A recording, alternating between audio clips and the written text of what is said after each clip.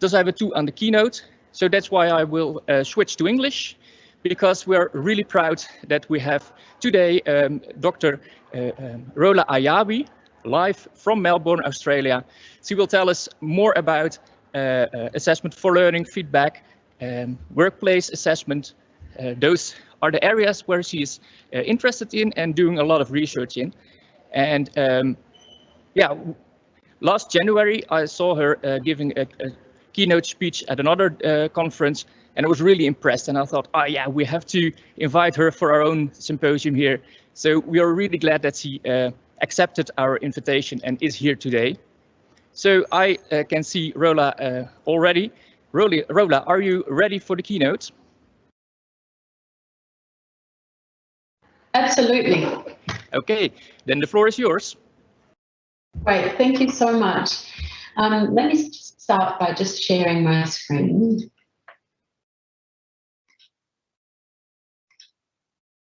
Okay, so good morning, everyone. It's such a pleasure to be with you this morning, and my thanks to the organisers for inviting me. I never thought I would be headlining a festival on the main stage, but there you go. I promise not to sing and not to play a musical instrument.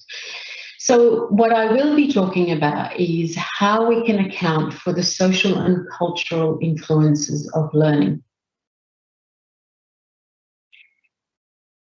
And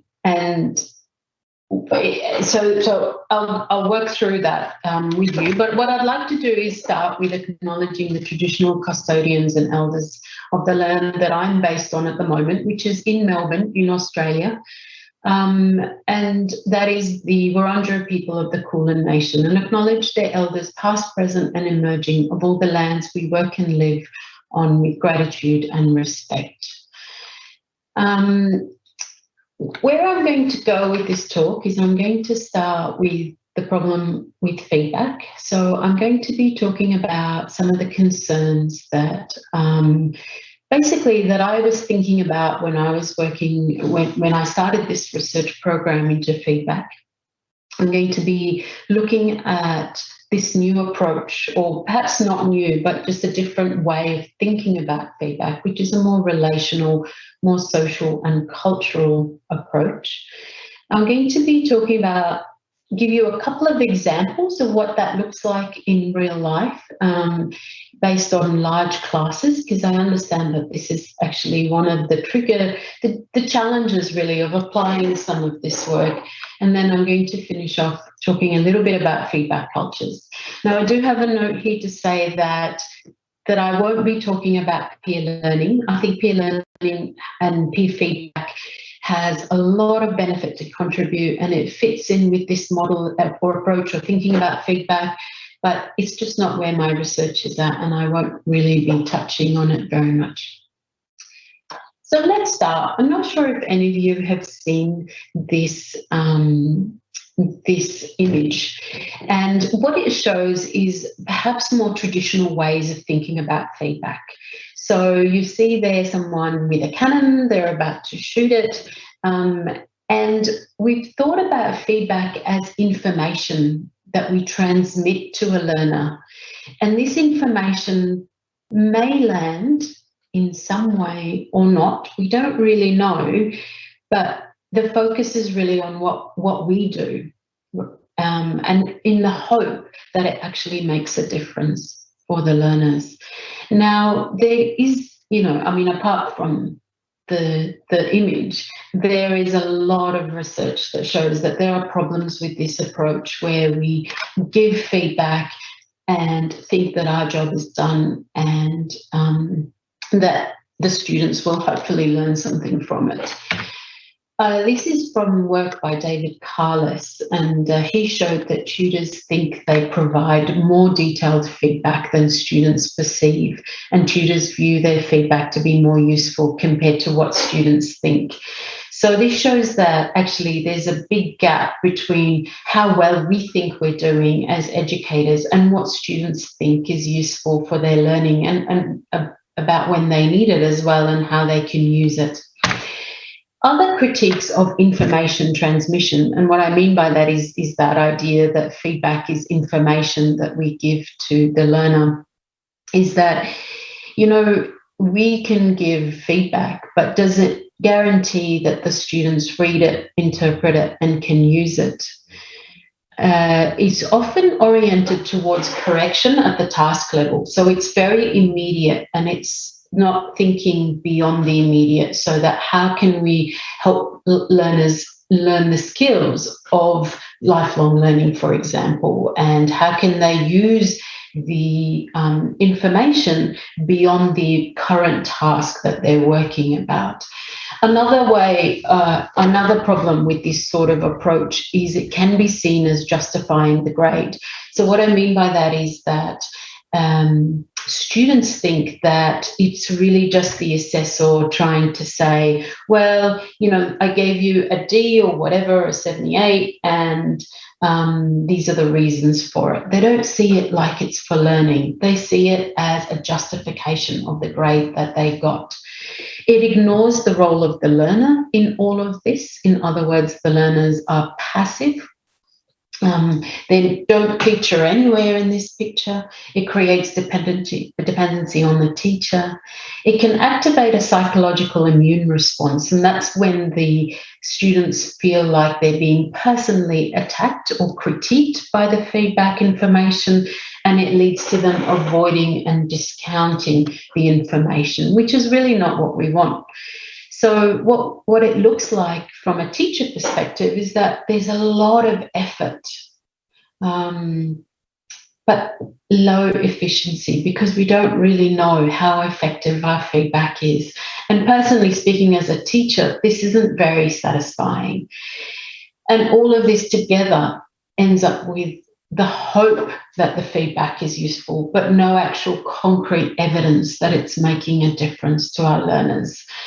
So I want to introduce you to a different perspective on feedback, one that is more relational in its view.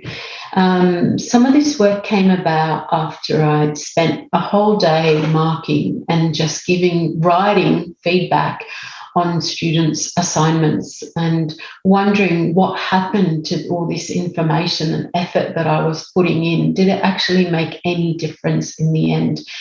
And I was really frustrated with it. And so we applied for a grant actually and got it. And that was in 2011. And since then, I've really been interested in doing a lot of research around this relational perspective of feedback. So what is it, this relational view? How is it different? So I love a good definition. It kind of sets the scene. It gets us on the same page.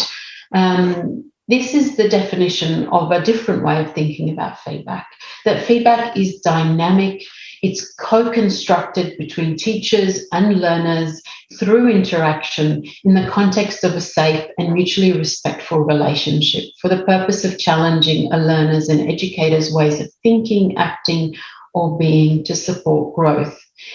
It's a bit wordy, I'll give you that, but there is a key word in there. There's a number of keywords in there. Firstly, it's dynamic and co-constructed. So there's a sense of sharing and working together. The context really matters. In the previous version of thinking about feedback, what mattered is the information and how it was delivered. So there were quality criteria around timeliness, around specificity, around those sorts of things. And they still matter, but actually there are other things we need to think about, like the relationship that we're creating with our learners and also the cultures of feedback that surround all of this, a bit like the learning climate. So I use the word co-construction, and I just want to make this point that co-construction is about solving a problem collaboratively and constructing and maintaining a joint problem space. This requires negotiation and creation of meaning. And so feedback isn't something that teachers do. And it's also not something that students do, it's something that we do together. It doesn't have to be synchronous, but it is something that is co-constructed. There is a sense that we are learning from each other and that it is building meaning. So what I'm going to do now is show you some of the evidence around this perspective and then show you some examples of what it looks like in real practice. Basically, this is an example that really brings to life what an educational alliance is and how it interplays in practice. So this is a quote from Tilio, from my master's students' work on the Educational Alliance. And in it, one participant described a feedback experience where his supervisor opened with, "You did it all wrong." But he had a positive emotional response as a result of a strong alliance with his supervisor, who he described as wanting the best for him and really caring. Now, you wouldn't anticipate really in any feedback guidelines that you would start with, "You did it all wrong." But what's going on here is, and you see that in what the participant is saying, that he could see that the supervisor really meant that had his learning at heart, and he made some judgments about what she was saying, interpreting what she was saying based on this relationship. And because there was a strong relationship with the supervisor, he was willing to accept the comments that came afterwards and work constructively with her to develop a plan for action and continue to work. So what constitutes an educational alliance? There's three things that really matter. Firstly, there's the bond, and that's the feeling of liking, caring, and trusting between the participants. Goals really matter. So there's a clear understanding of what the purpose or the goal is of this working relationship. And finally, there's a clear plan of action or some goals and activities, for how to achieve the goal. So what I'm going to do next is I'm going to work through each of these, the bond, the goals, and the tasks, and show you some of the evidence from higher ed literature around how these interplay with feedback uptake and feedback engagement. So let's start with the bond.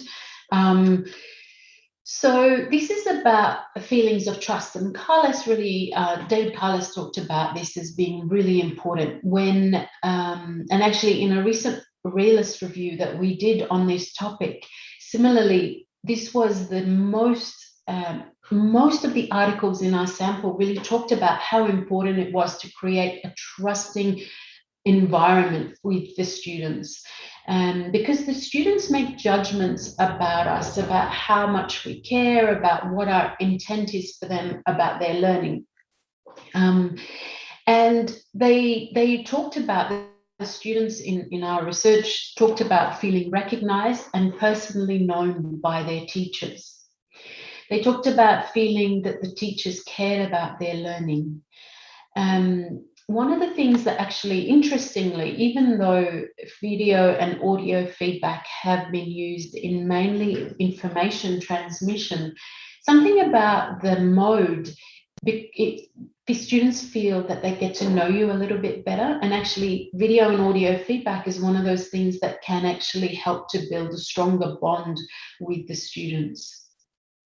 The other thing that the bond does is it helps modulate emotions, in the sense that if you have a strong bond with the learners, then they actually, like in that example I just gave you, they can interpret the feedback information in constructive ways. The next is the goals, and this is about having clear mutual understanding of the purpose or goal of the supervisory relationship. In higher ed, one of the things that the ways in which goals are typically expressed is through rubrics and exemplars, at least here in Australia, and I imagine it's very similar. Now, there's a lot of research on rubrics, and I'm not going to work my way through it, but just to say that the thing that matters about rubrics and exemplars is they do actually signpost goals for students, say at the end of a unit of study or even at the end of a course. These are the exit outcomes that tend to signal what the student is working towards. But these tend to be unilateral. These are proposed by the teacher normally, and what needs to happen to get to a shared understanding is some dialogue usually, or working through the rubrics and use of exemplars to help exemplify what the goals are. But often students can have other goals, and these goals can be multiple and varied, and we don't get to see those unless there is some conversation or discussion about what is intended to be achieved here. Let me give you an example of this final point. Goals can interfere with uptake of feedback comments. So in our review, the design was all about ensuring that there were sequenced tasks, so that, for example, the student would submit a formative assignment. They would, this was in a summative task. So they would submit a summative task, they would get a grade and some feedback comments, and then they had the option of resubmitting that piece of work again. Now, for those students, if we think about feedback for learning, what we would hope that is all the students would submit again, having reworked their piece, taken up the feedback information and developed a better product.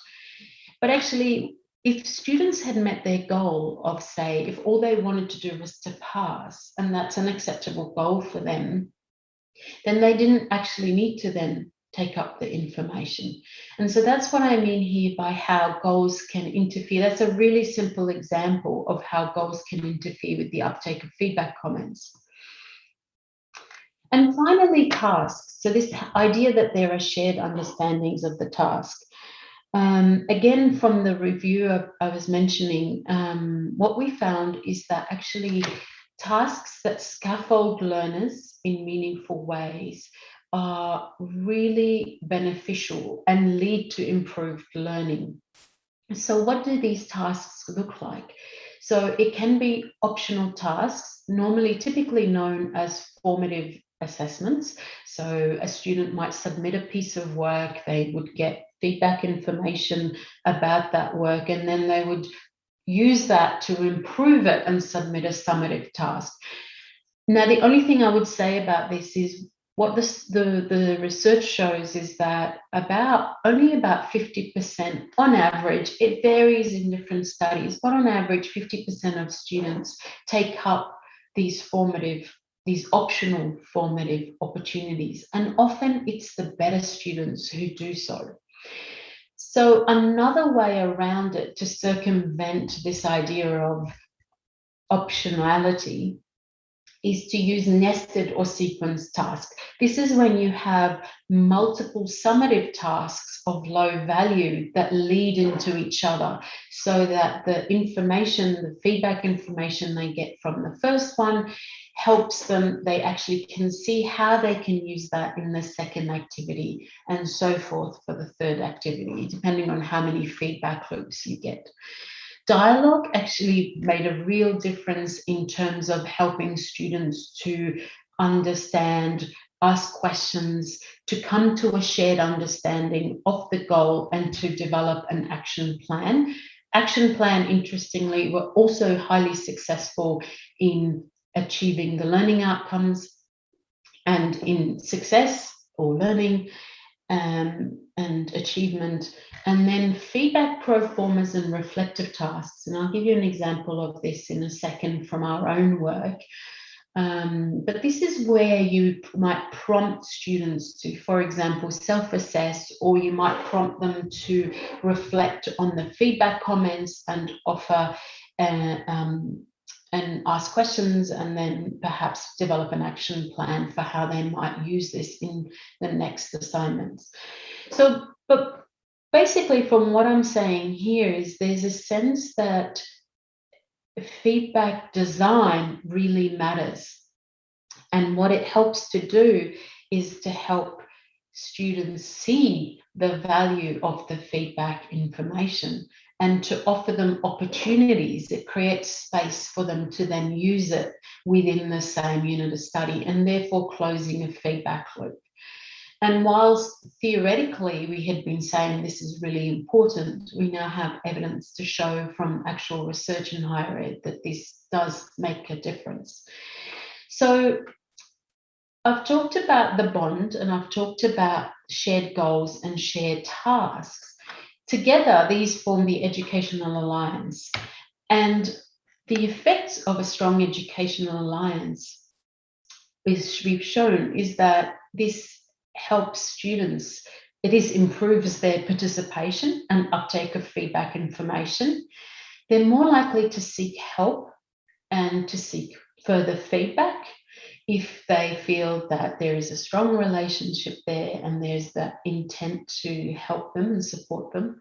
It can dampen the psychological immune response, reducing avoidance.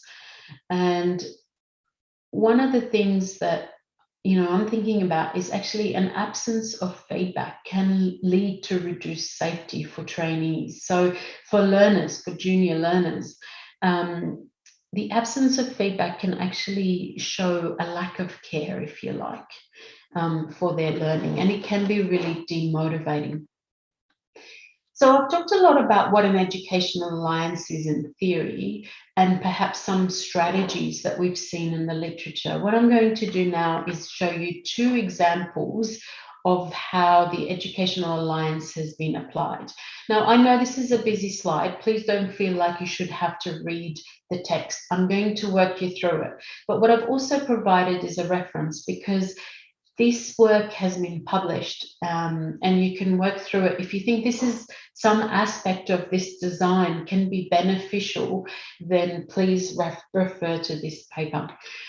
But just to start with, the green column is the learning action that we wanted the student to get. The blue column is what the student actually did. The purple is the technology LMS interface between the student, and the orange is what the tutor does. And the pink is the administration. Don't worry so much about that, but basically what we did was we created a feedback journal that worked across a whole postgrad certificate in medical education. This at the time I was working at University of Dundee, and it was a start anytime, finish anytime program. It was fully online. We had 50 new students every month, if you can believe it. These are big courses. And we really needed a way to develop a feedback dialogue with our students, because we knew that this really would make a difference for them in terms of understanding the information, the feedback information, and then being able to do something with it. So we started off by developing an interactive cover page, which is what you see circled there in red. And the idea there was that the student would self-assess their work in relation to the criteria and the rubric in qualitative terms. Then they would ask us, tell us if there's anything in particular they wanted feedback about, and that raised their agency in terms of starting that feedback dialogue. And that interactive cover sheet would then be used by the teacher to provide feedback comments. So they would upload that with the assignment into the LMS.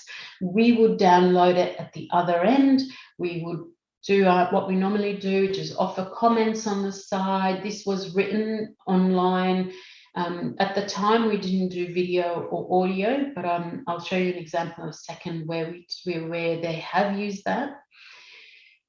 We wrote our comments into the interactive cover page and actually structured it in relation to their self-assessment and offered other ideas. And then what we did was we asked the students to upload all their assignments into one place, and it was like a feedback journal. And what the students had to do was reflect on the feedback comments and tell us what they learned, how the comments differed from their own self-assessment.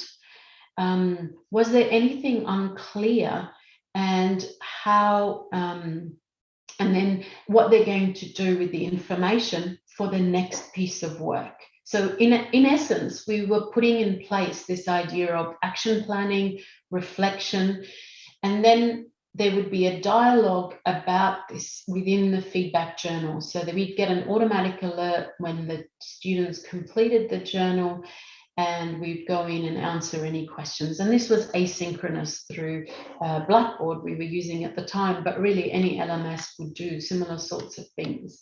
And the idea was that all feedback that the student had received throughout on all the major assignments, the summative assignments, they would be held in this one repository with the action plan that we could then look back on, and importantly, the student could then look back on and see how they had developed over time.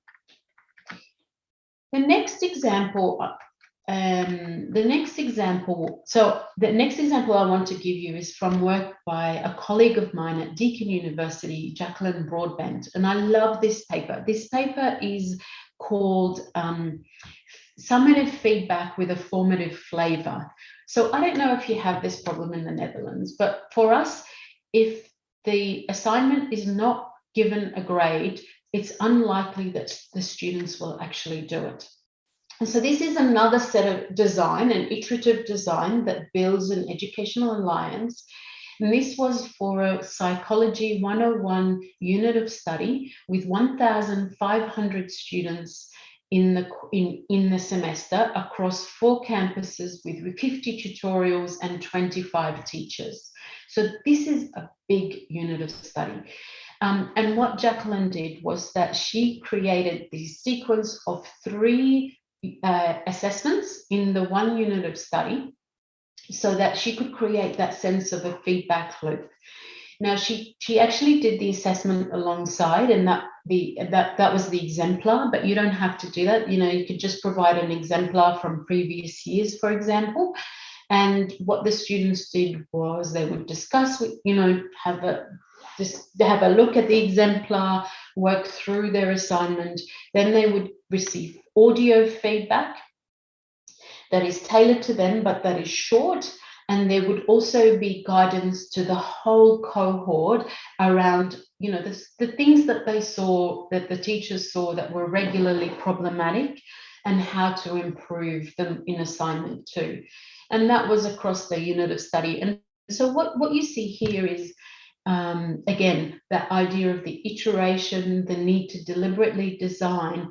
And what's really interesting with both our example, which was the previous one, and this one, is that when you put in these structures in place that support and scaffold students, they can see that actually the feedback is for learning. It's not just for justifying the grade. There is actually an immediate opportunity for them to use it, and it portrays a sense of care and about their learning. So at this point, I normally get a lot of questions about time. This is all well and good, but how long does it take? Because everyone, and I appreciate everyone, is busy and pushed. So the thing to say about time is that it can take extra time in the design phase to design these sort of iterative processes. And what I would say to you is that you would need to actually then prioritize the things that make a difference for learning over the things that don't. So for example, in our feedback journal example, we estimated that it would take about 10 extra minutes per student. Now that seems like a lot of time, and I mean that across the whole unit of study or subject, if you like. So what we did was, when we did the curriculum review, we reduced the total number of summative assignments, and we concentrated the feedback efforts earlier in the subject, as opposed to at the end when it's all finished and they've already moved on to the next unit of study or the next subject.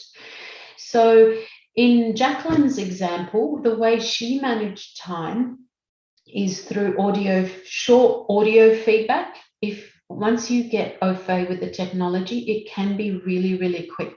So the feedback then that is tailored to individual students is reduced to about 5 minutes. And then there is group guidance on what was done well and what wasn't done well overall in the assignment that could be used as well by each student. So these are examples of ways of mobilizing time, taking it from one place into others, and perhaps tailoring the feedback design process to suit what's going on in the units of study. Now let's take a step back, because what we see in both of these is actually what it creates is this positive feedback culture, this learning climate where students can see, okay, so we're working towards these goals, we're creating this action plan, I know what to expect. The students can see their role, whether it's self-assessment, whether it's reflection on feedback, on the feedback and action plans. So it positions the learner in a more agentic path, and it creates a positive feedback culture. Now, I want to make a comment about feedback cultures, because it's not immediately obvious what I mean by that. Let me give you an example. This is a classic study done by Watling and colleagues in Canada. And for anyone in the audience who's either played music, played sport, you might, or anything else you could think about, you might reflect that the culture of feedback in for example, music or sport differs, and it certainly differs from the culture of medicine. And that's what Chris Watling was doing in this work. He was a musician and had played sport and could see the real value of coaches offering feedback and having a feedback conversation that improved performance. But he reflected that this was not happening in medicine, and asked the question, why is that? Why can you have such distinct feedback cultures in medicine, different to sport, different to music, for example? And that is because the culture and what is expected really differs between each of those. In medicine, the feedback is kind of, because it is more decentralized, it's not as important. And one of the things that they've been trying to do is to improve this idea of dialogue and the coaching within medicine to improve the feedback culture, because everyone is always complaining that they never get enough feedback and it doesn't help them to improve. So what do I mean by feedback cultures? Feedback cultures are something we learn about and adapt to. Even if you think about university students coming from high school and they experience what is referred to as assessment shock, part of that is because the assessment and feedback culture between high school and university is actually quite different, because they have to be really self-regulated and driven, and there's probably less support in higher education, and so they learn to adapt to that. That's part of actually their feedback literacy. So what matters here, though, is for you to reflect on the sort of feedback culture that you are generating in your units of study. What are the expectations that the students are learning about? Do they learn that it's okay to come and ask questions? Are there set ideas around when that can happen? The other thing to think about when we think about culture is power, because power really interplays within that. And teachers are often in a power dynamic with students. So there's that idea of, well, why don't they just come and ask? Because for some students that actually can be quite scary, to come and approach a university lecturer and ask questions. Not all of us, but not for all the students either. But to level out the playing field and to flatten out the hierarchy, some of these iterative scaffolded designs can really help make a difference. And as well as that, what feedback does is the processes work within a feedback culture, but they also help students bridge between what they're learning in the classroom and how it works in the real world. And that's that role of feedback to develop identity formation, to induct into the profession, and it's the point where you tailor the curriculum to the individual student. And that puts a lot of pressure on getting it right and helping and ensuring that feedback does make a difference. When we think about feedback cultures, what we try to do is map out what a feedback culture might look like, just as a case study to think about if we had, say, the student Sarah in this example, and if you were to map out your feedback culture in your own institutions, you might be thinking about, for example, your students. So each student will have a number of, in any feedback culture, there's a number of layers, and we borrow from Bronfenbrenner's ecological model here. And, there's the layer of the student having interactions with their peers, having interactions with their friends, even outside of university. They move between classroom, between lecture theatres, and in some cases, tutorials, laboratories, simulation, and the workplace. Now, at that micro level, each one of those develops different expectations of feedback. So, for example, I'll give you an example from medicine. Students, when they go to simulation, are actually very critical of the ways that, because they expect feedback to be given in a particular way using debriefing and dialogue, they can be very critical. Whereas when they're in the workplace, they sometimes feel like a burden to the educators, and so they sit back and wait. So you can see here the interplay of the feedback cultures between different contexts that the students interact with. And then you have that extra level, that next level, which is the Exo System. So if you think about, for example, all the policy documents that regulate feedback. So for example, at Deakin, we have a rule that all feedback information must be provided within 2 weeks. Now, that sets up certain expectations for the teachers and for the students, and it creates this sense of pressure. And the question is, you have to ask yourself, well, what's special about 2 weeks? What I was talking about before was, you design assessment and feedback information is used to inform the next piece of assessment. Now, if the next piece of assessment that is sequenced and related is in 1 week, then 2 weeks is too late. If it's in 4 weeks, then 2 weeks might work really well. But that policy is actually based on information transmission that says it has to be timely. But essentially, all I'm trying to get at here is that a student who comes to our university, to go to our courses, will come in from high school, for example, with a history of what to do with feedback. And maybe that's a passive history of they just receive it, they look at it, and then they forget about it. Or it might be more active. They have a sense of what to do with it. Now, to bring everyone to the same level, we need to actually help our students understand that they need to have an active role, and we do that through design.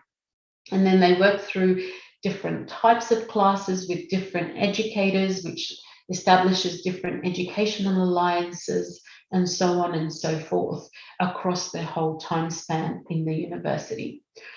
Now, you are only in control of your section of the curriculum, but how, when you think about this mapping, there might be things that you might have a conversation about across a whole program, not just within a subject, but like what we did with our feedback journal. How might we support this meaning-making trajectory of the students across a whole program of work?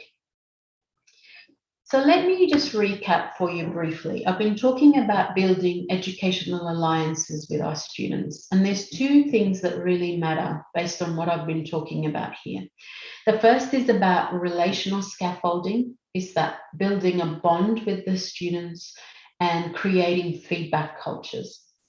And then we have the cognitive scaffolding. So the relational scaffolding creates conditions for us to challenge our students and to cognitively challenge them through the goals and the tasks and the design. And these two things interrelate.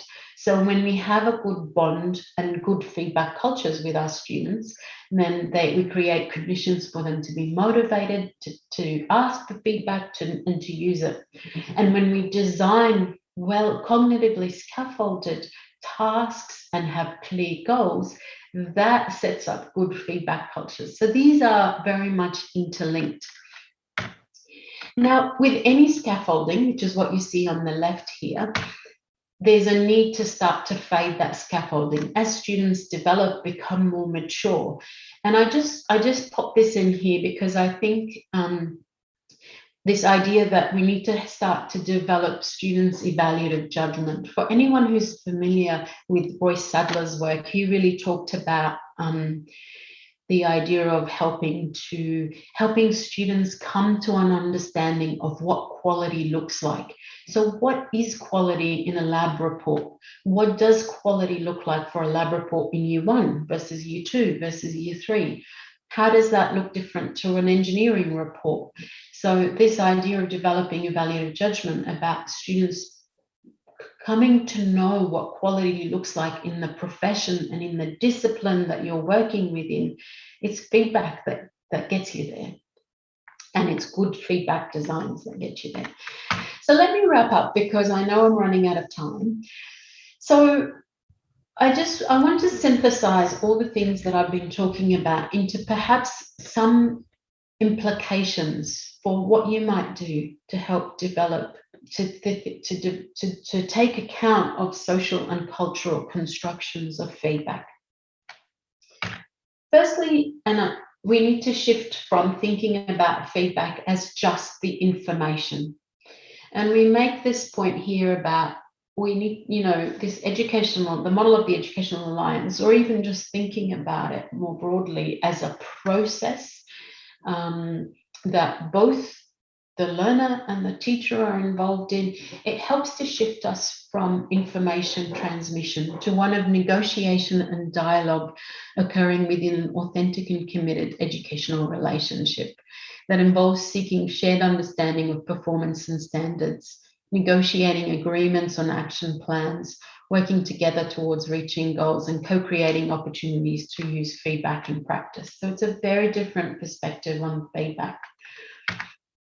And if we are to do this, then we need to think about the ways in which we build the relationship, and whether that's in,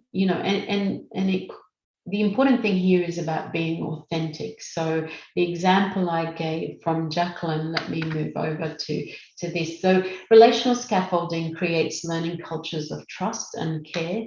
It promotes students' internal motivation. It can be used to reduce power and increase help seeking, and it creates conditions for cognitive and behavior change. A really simple example of this is from Jacqueline Broadbent's work, and she emails the students. She uses analytics, for example, and she knows. So, for example, if a student has not logged in for a certain amount of time and they get an email from her, the difference is the email is very personal from her. You get a sense of who she is and how much she cares about her learners through this. And, she uses GIFs and emojis and the sorts of things that we do, and audio feedback, because it gives a sense of the person and you can see their face and their reactions. It humanizes written feedback, and I think that's what I'm trying to get at here is think about ways in which we can think about the student as a person in our feedback interactions, and dialogue is a fabulous way for doing that, even if it's asynchronous and written It doesn't have to be face-to-face in a room. And then cognitively scaffolding, and that occurs through the shared materials, the rubrics, discussion about the goals, and to continue to follow up on that, to create feedback loops, iterative loops within our units of study or subject. Consider, and if you're interested, in the previous slide, I had actually the book which we edited, which was about developing students, learners' evaluative judgment in higher education. There's some really nice strategies in there for how feedback might do that. And then finally, if we create these really scaffolded designs for students, it can actually help to create better feedback cultures and a stronger bond. So then feedback looks a bit more like this.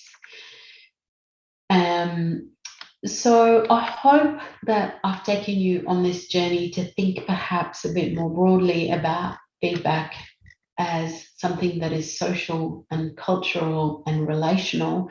I'm always happy to continue this conversation, whether it's through Twitter or email me. I'm very happy to answer questions, and there's some references. I understand that this talk is being recorded, and also I'm happy for my slides to be shared. And with that, I will end there. Thank you very much. Thank you very much, Rola. Thank you. Very interesting talk.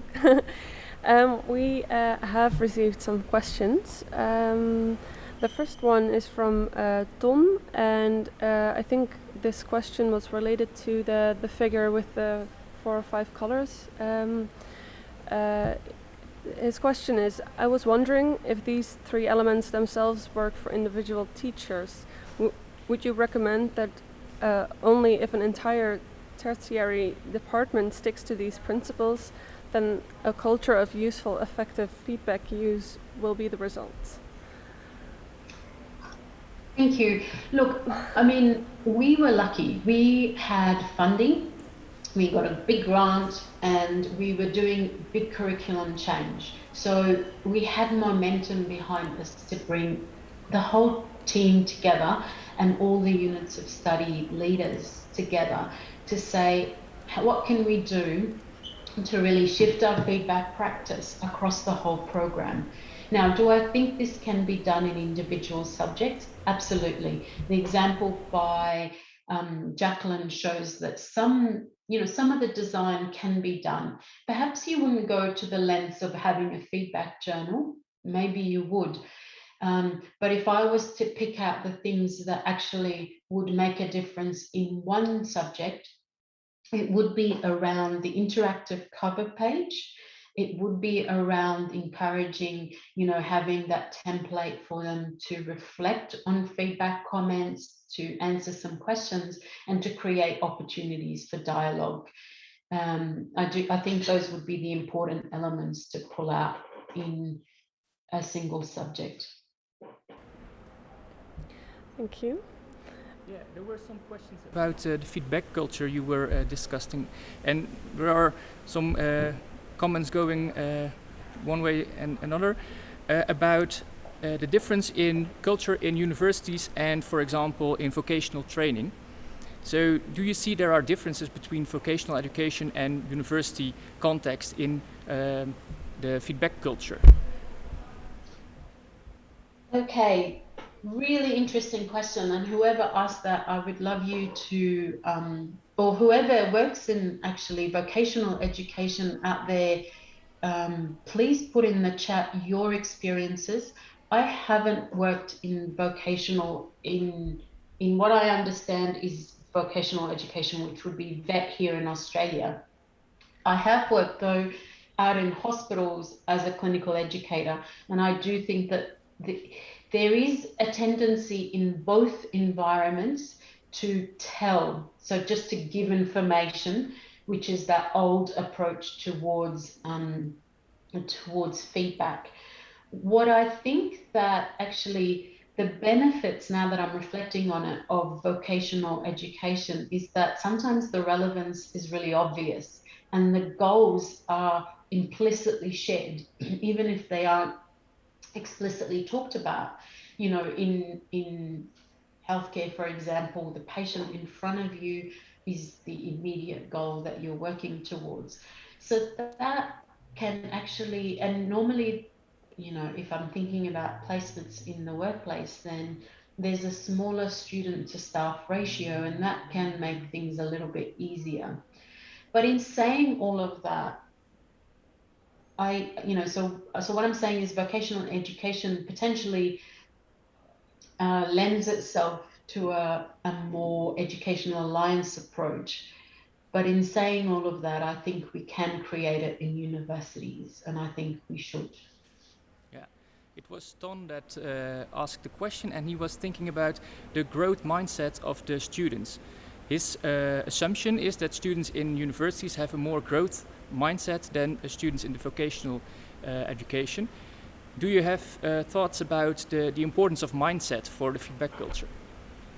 Oh, that's really interesting. I've been grappling with this issue because the literature actually seems to have picked up on this idea of growth mindset as really necessary. What I would say is not to stereotype and not to assume that any of these things are fixed. So even in university, some students will be strategic.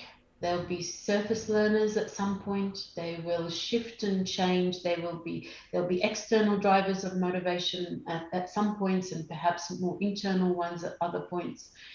So if we create effective feedback cultures that scaffold both relationally and cognitively, what I'm posing to you is that should hopefully develop a more internal motivation to feedback. And that's certainly what our review of the literature has shown. And so, yeah, so I can't comment exactly on growth mindset and the fixed, except to say that I wouldn't make that assumption.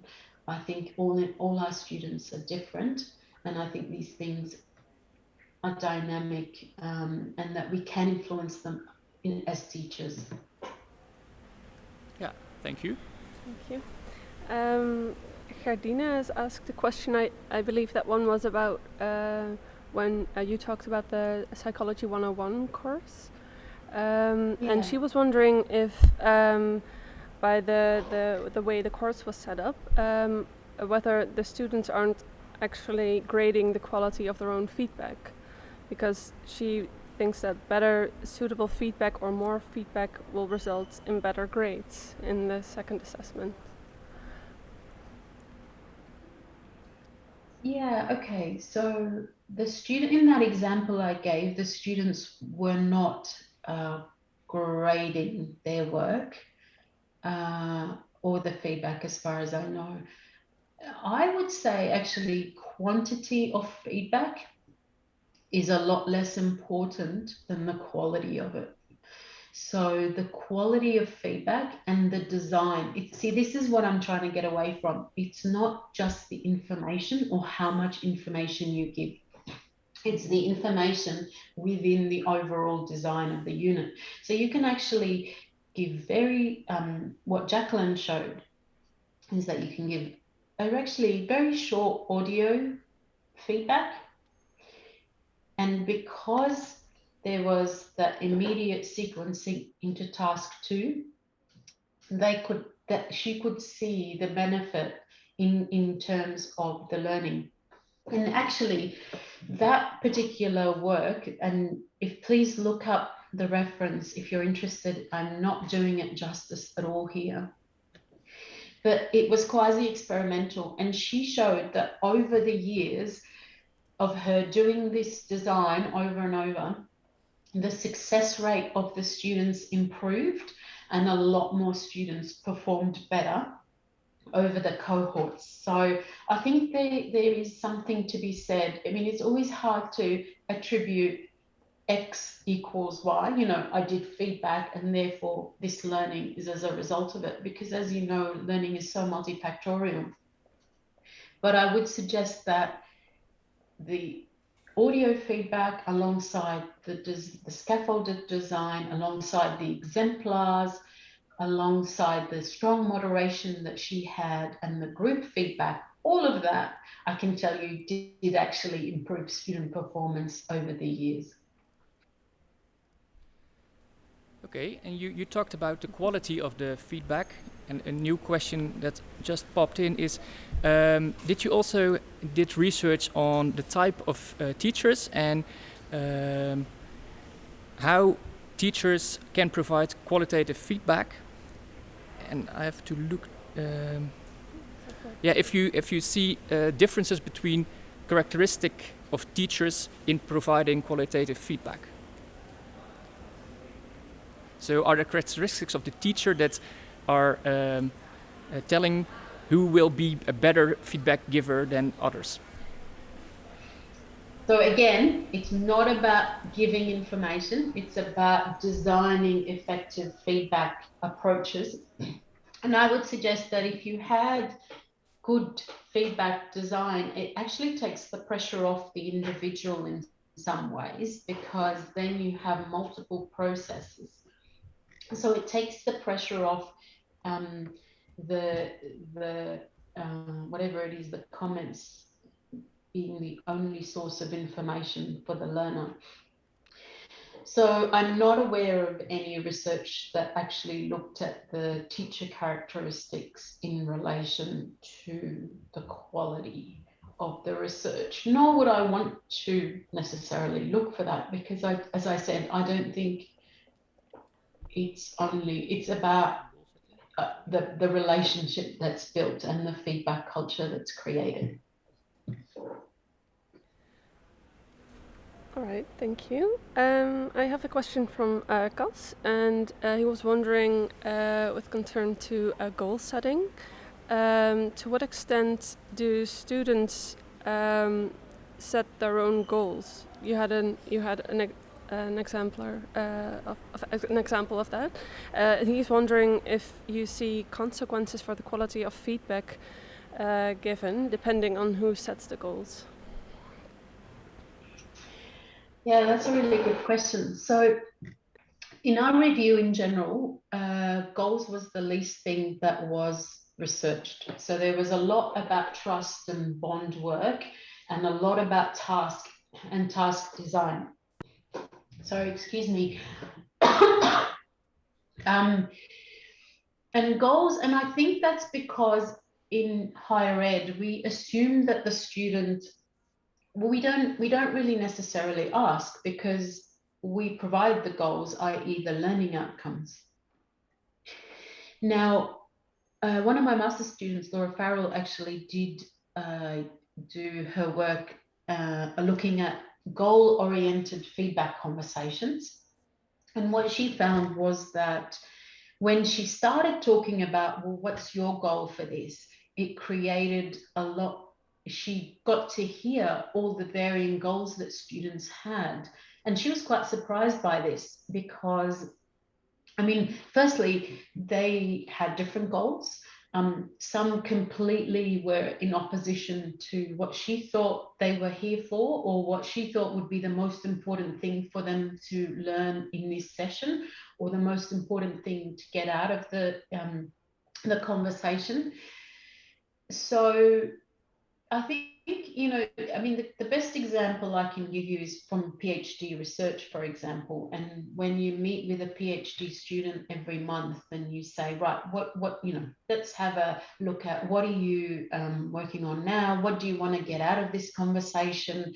Okay, you know, let's have a look at the work you've already produced. And then, you know, you have a dialogue. In that time, you come up with some action points, and then you redo it all again. Now, it's very hard to do that with large classes, and I know why we don't tend to do that quite as much. What I wonder is, you know, there has been some work, Frail, I think, that looked at co-construction of rubrics, and that's another way of bringing students' understandings and goals into the equation, because they co-construct the rubric around, well, what matters here and what does quality look like? I've never done that myself, so I don't know, but it always struck me as something that would be a bit challenging to do, because you'd need to do a lot of setup with students, but certainly that has been shown to improve feedback dialogue and to improve outcomes, and I can share with you that reference if you are interested. But the thing about the goals is it helps. I mean, it's really important in action plans is that you know what it is that you're working towards. And the assumption that a student can read a rubric and understand it is actually really problematic, because it's often so jargon heavy. And when we read, we interpret based on our own understandings, and we end up in different places if there isn't a shared conversation about it. Okay, I have a question from Erik. He's wondering which is more important, the process of processing feedback by the students or generating feedback internally in the student?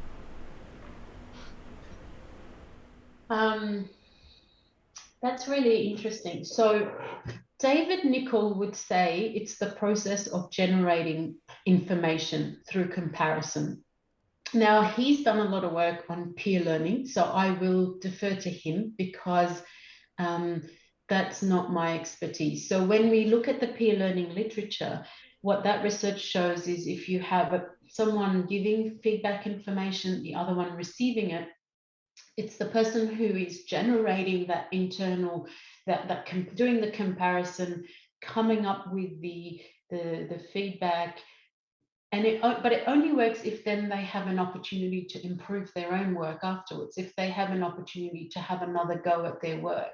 So that's what I mean by you can't separate the feedback information from the design of the task, because I mean, you can have them giving feedback to each other, but if there's no opportunity for them to then really work on to redo the task in some way, or do a harder task or a bigger piece of work, then that information is lost. So that was a really long-winded way of saying the peer learning literature would suggest that generating internal feedback and through comparisons and or judging other people's work and generating feedback about it is actually more beneficial for the person who's doing that hard work of thinking. Now, the thing about processing of information, it is about, so for example, I'll give you an example, and I don't think it's any better or worse, but you know, sometimes students get feedback information and they read it and they have no idea what it means, or they know where their weaknesses are, but they have no idea how to address them, because that you know, I mean, if you took the Dunning-Kruger, the fact that where your weaknesses are is where you can't see where the problem is. So that issue about, so that's where dialogue can really help, or you know, that the dialogue helps students process the information, because then they can ask you questions, or through reflecting, you know, getting them to reflect and write out an action plan. I mean, I don't know why I'm using a pen. No one uses a pen these days. It's all online, and it was online for our design as well. But my point is that by getting them to read it and answer some questions about it, and they're quite broad questions, it helps give you insight into what their understanding is, because otherwise it's all one big black box, and we don't know who's actually interpreting it correctly, who's making sense of it, who actually really needs help but isn't asking for it because they're scared or they're embarrassed or whatever.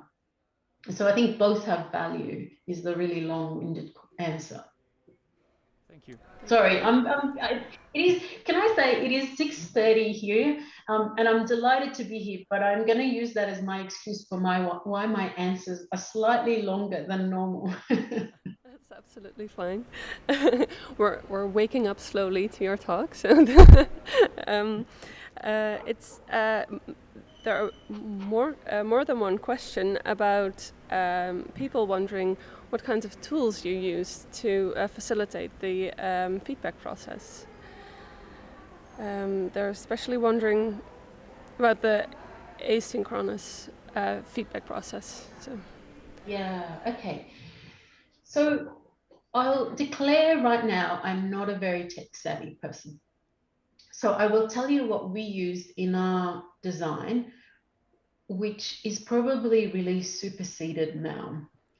But when we developed the feedback journal for our students, which it was actually, I think it was a wiki tool, and we created templates of this feedback reflection for every assignment in the core units of study that the students had to do, because obviously the core is the ones that we knew about.